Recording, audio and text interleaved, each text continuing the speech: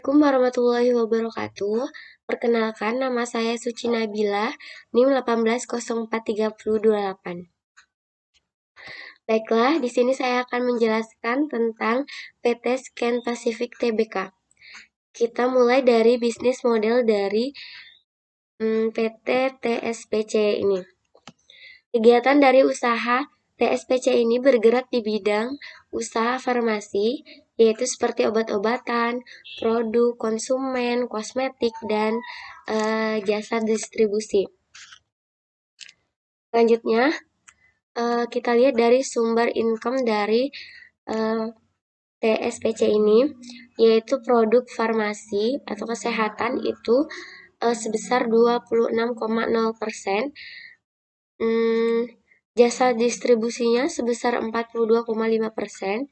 Kita lihat di sini dari jasa kesehatan atau farmasinya itu contohnya seperti Bodrex, Vidorans, ada Oskadons, Bodrexin. Sedangkan pada produk konsumen itu seperti My Baby, Total Care, Tamara atau Claudia. Sedangkan pada produk kosmetiknya itu seperti Marina dan Ultima. Sedangkan obat resep itu contohnya seperti multivitamin dan mineral. Lanjut pada segmen usaha market, yaitu berada di Indonesia. Selanjutnya, kasus hukum sudah saya googling bahwa tidak ada kasus hukum tentang PT TSPC ini. Selanjutnya, kepemilikan sahamnya, yaitu berada di dalam negeri sebesar 95,3%, sedangkan di luar negeri itu sebesar 4,7%. Selanjutnya, kita lanjut dengan revenue. Baiklah, di sini pada tahun 2014 kita lihat itu mencapai 7,51 triliun, mengalami peningkatan pada tahun 2015, 2016, 2017, dan itu pada tahun 2018 itu mencapai 10,09 triliun. Ya, pada tahun 2019 juga. Kita lanjut pada net profit. Baiklah, kita lihat di sini pada tahun 2014 itu sebesar 584,26 miliar dan mengalami penurunan pada tahun 2015 itu sebesar 9,43%, mencapai 529,22 miliar. Ya, tuh menurun ya. Dan pada tahun 2016 itu meningkat, pada tahun 2017 itu meningkat, pada tahun 2018 itu menurun sedikit, dan pada tahun 2019 itu mengalami peningkatan lagi mencapai 595,16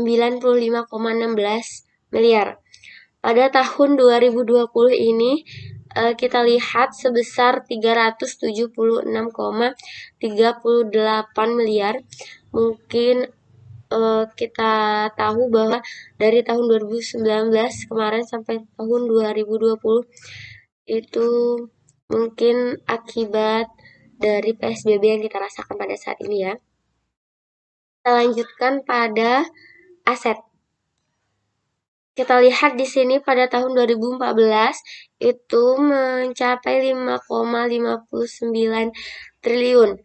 Pada tahun 2015, 2016 itu mengalami kenaikan yang sangat sistematis, dan pada tahun 2019 itu mencapai 8,37 triliun. Kita lihat liability. Di sini pada tahun 2014 itu sebesar 1,46 triliun. Pada tahun 2015, 2016 itu sama ya, yaitu 1,95 triliun. Dan pada tahun 2019 itu mencapai 2,58 triliun. Selanjutnya kita lihat pada equity. Pada tahun 2014 itu sebesar 4,13 triliun dan mengalami peningkatan pada tahun 2015-2016 sangat sistematis sampai tahun 2019 itu mencapai 5,79 triliun. Baiklah teman-teman, kita lanjut pada summary dari laporan keuangannya. Mungkin di sini saya akan banyak membahas tentang rasio keuangannya. Tapi sedikit di sini bisa kita lihat revenue dari tahun ke tahun, yaitu dari tahun 2014 sampai 2020 itu mengalami kenaikan yang sangat sistematis ya. Dari tahun 2014 itu 7,51 triliun sampai 2019 itu mencapai 10,99 triliun. Dan bisa kita lihat di sini net profitnya tidak terlalu meningkat, padahal revenue-nya sangat tinggi. Kita lihat net profitnya tidak terlalu meningkat atau tidak terlalu menurun. Bagus. Lanjut, kita lihat langsung pada net profit marginnya. Pada tahun 2014 itu sebesar 15,99% dan terus mengalami penurunan sampai pada tahun 2019 itu meningkat sedikit sebesar 1,06%. Ya, lanjut ke EPS-nya. Itu pada tahun 2014 kita lihat sebesar 129,84 dan pada tahun 2019 itu mencapai 132,26 dan terakhir pada tahun 2020 ini mencapai 158,00. Selanjutnya pada PER itu pada tahun 2015 sebesar 15,09 dan mengalami penurunan terakhir pada tahun 2020 ini sebesar 9,0. Dan bisa kita lihat di sini PER-nya tidak ada yang mencapai 16.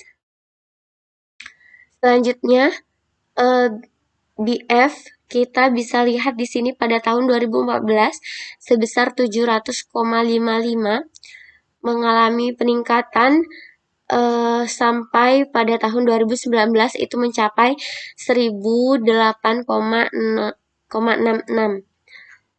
Selanjutnya pada PBF-nya kita lihat pada tahun 2014 itu sebesar 2,15 mengalami penurunan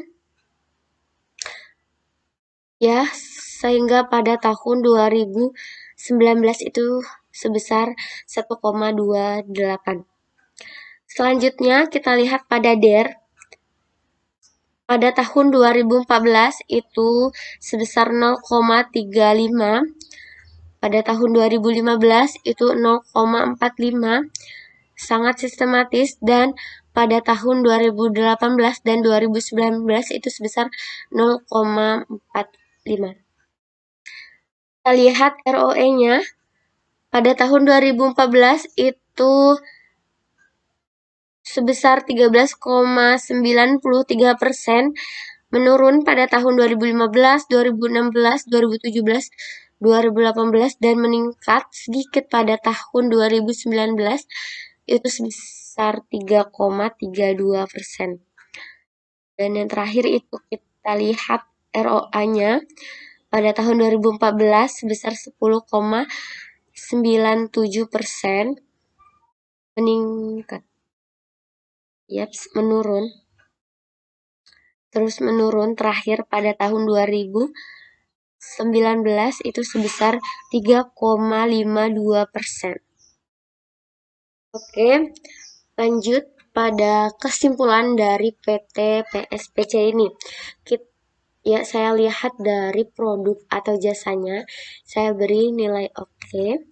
Kita lihat dari revenue-nya tadi, net profit, asetnya oke, liability oke, BF-nya oke, sektornya oke, ROE-nya banyak yang menurun, dan saya beri no, maksudnya oke, dividen no. Jadi totalnya yaitu 2 dari 11 kriteria.